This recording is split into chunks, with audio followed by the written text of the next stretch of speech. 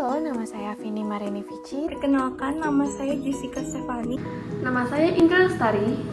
Nama saya Zahra Fairus Nisa. Perkenalkan, nama saya Aprilia Nur Aini.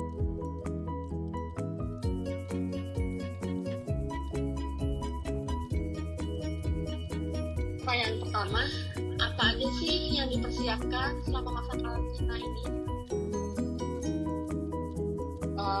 Kalau menurut aku yang paling penting untuk disiapkan pastinya menurut aku tuh stok pangan ya, untuk masa karantina ini agar selalu mencukupi gitu, tapi nggak perlu berlimpah, yang penting cukup gitu kan, karena kita tahu kita dianjurkan untuk tetap di rumah dan tidak kemana-mana untuk periode tertentu gitu kan. Lalu selanjutnya memastikan kita punya masker dan hand sanitizer juga untuk berjaga-jaga gitu. Jika kita terpaksa harus keluar untuk keadaan darurat, kita punya gitu kayak senjata berperang lah untuk keluar gitu. Kalau yang terakhir maybe menurut aku palingan memastikan kebutuhan seperti kayak listrik, air, dan yang paling penting sih wifi tetap berjalan selama di rumah dengan baik, karena menurut aku itu yang paling penting untuk orang-orang yang seperti kita study from home, untuk orang tua kita yang work from home gitu, itu yang paling penting lah untuk menunjang.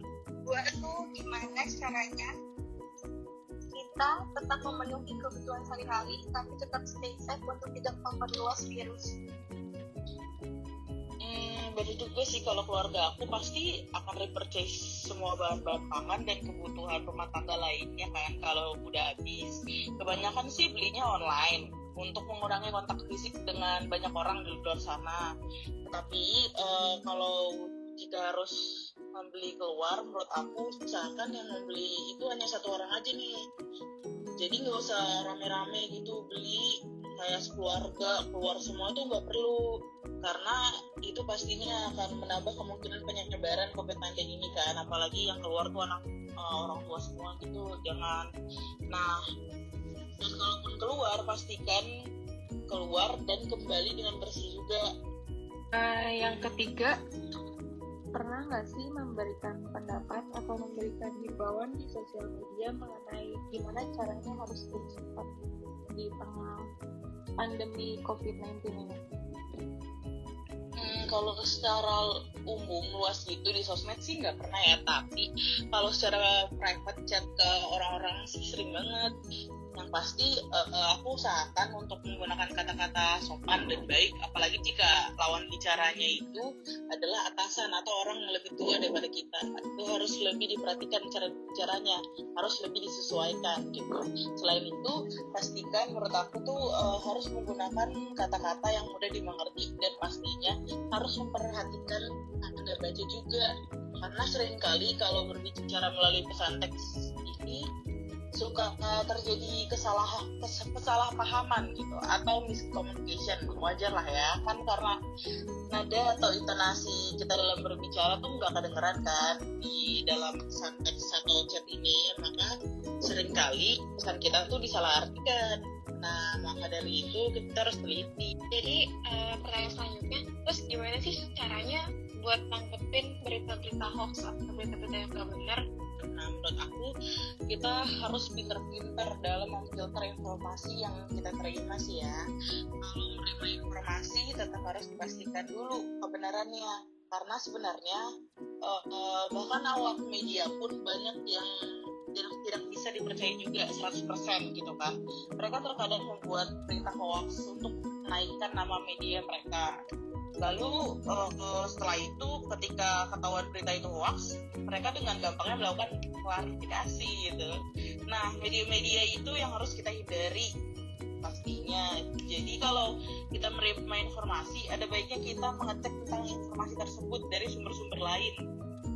Seberapa besar pengaruh berita di media sosial ataupun di televisi pada pembentukan persepsi masyarakat terhadap virus corona ini? Menurut aku informasi-informasi di sosial media sangat berpengaruh banget dalam persepsi masyarakat di Indonesia ini.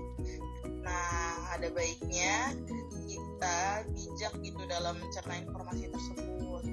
Kamu sebagai binusian, peran apa sih yang dapat kamu lakuin untuk mencegah hoax di tengah wabah COVID-19 ini?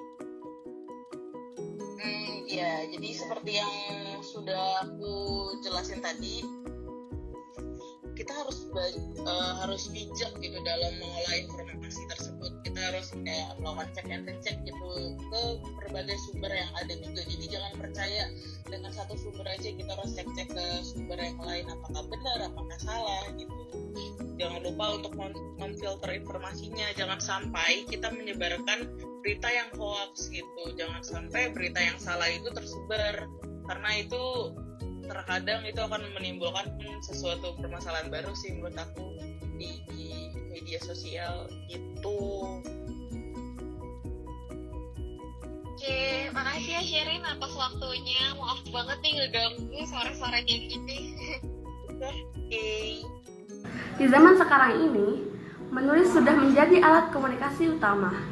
Dengan adanya perkembangan teknologi dan media sosial sebagai pemicunya, menulis di media sosial memiliki berbagai macam manfaat. Yang pertama yaitu sebagai sarana untuk berbagi, entah itu berbagi informasi ataupun berbagi pengalaman hidup yang dapat dijadikan pelajaran bagi orang lain. Yang kedua, sebagai sarana promosi. Sekarang untuk mempromosikan bisnis Anda sudah mudah, karena dengan adanya media sosial, media pemasaran bisnis Anda bisa lebih meluas. Yang ketiga, sebagai sarana untuk menyalurkan hobi. Bagi Anda yang suka menulis, Anda bisa menyalurkan hobi Anda dengan menuangkan tulisan Anda ke dalam media sosial. Salah satu contohnya dengan menulis blog. Dalam sebuah penulisan terdapat beberapa dampak positif serta dampak negatif. Dampak positif dari sebuah penulisan yaitu memudahkan dalam hal berkomunikasi. Yang kedua, memudahkan para pembaca untuk memahami dan mengerti isi serta tujuan dari penulis. Dampak negatif dari sebuah penulisan yaitu jika terdapat beberapa kalimat yang berlebihan akan merusak kaidah bahasa Indonesia, serta akan timbul kesalahpahaman makna yang akan dituju penulis kepada pembaca. Kesimpulan yang didapat dari wawancara yaitu setiap orang memiliki cara masing-masing untuk stay at home. Bisa dengan cara tetap menjaga jarak, tidak berkumpul, dan tidak berpergian. Yang paling penting yang harus disiapkan yaitu stok makanan, memastikan alat kesehatan lengkap, dan kebutuhan rumah lainnya. Untuk memenuhi kebutuhan rumah, bisa membeli melalui online untuk mengurangi kontak fisik. Menurut narasumber kami, ia terkadang menanyakan kabar teman melalui media sosial dan memberikan informasi terkini mengenai COVID-19. Himbauan perlu untuk mengedukasi, tetapi tetap menggunakan kata-kata yang mudah dipahami agar tidak menimbulkan kesalahpahaman dan berita yang menyimpang. Dengan banyaknya beredar berita hoax, membuat audiens harus lebih memfilter